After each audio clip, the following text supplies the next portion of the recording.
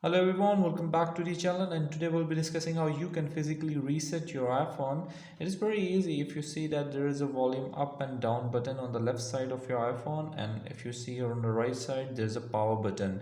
What you need to do is just hold your phone like this, where your thumb is on the volume button and one of your finger in your power button.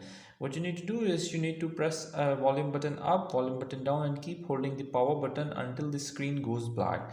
So what I'm doing here is just resetting it by volume button up, volume button down, and keep holding the power button until the screen goes black. It will take a moment, like for 5 minutes to 5 seconds to 10 seconds, so the screen will go black like this. And now the Apple's logo will come up. Do not release this button. Now after showing this logo, you can release this button, and as you can see that the iPhone has actually reset it, uh, uh, and it will be back to the normal menu in a minute or so.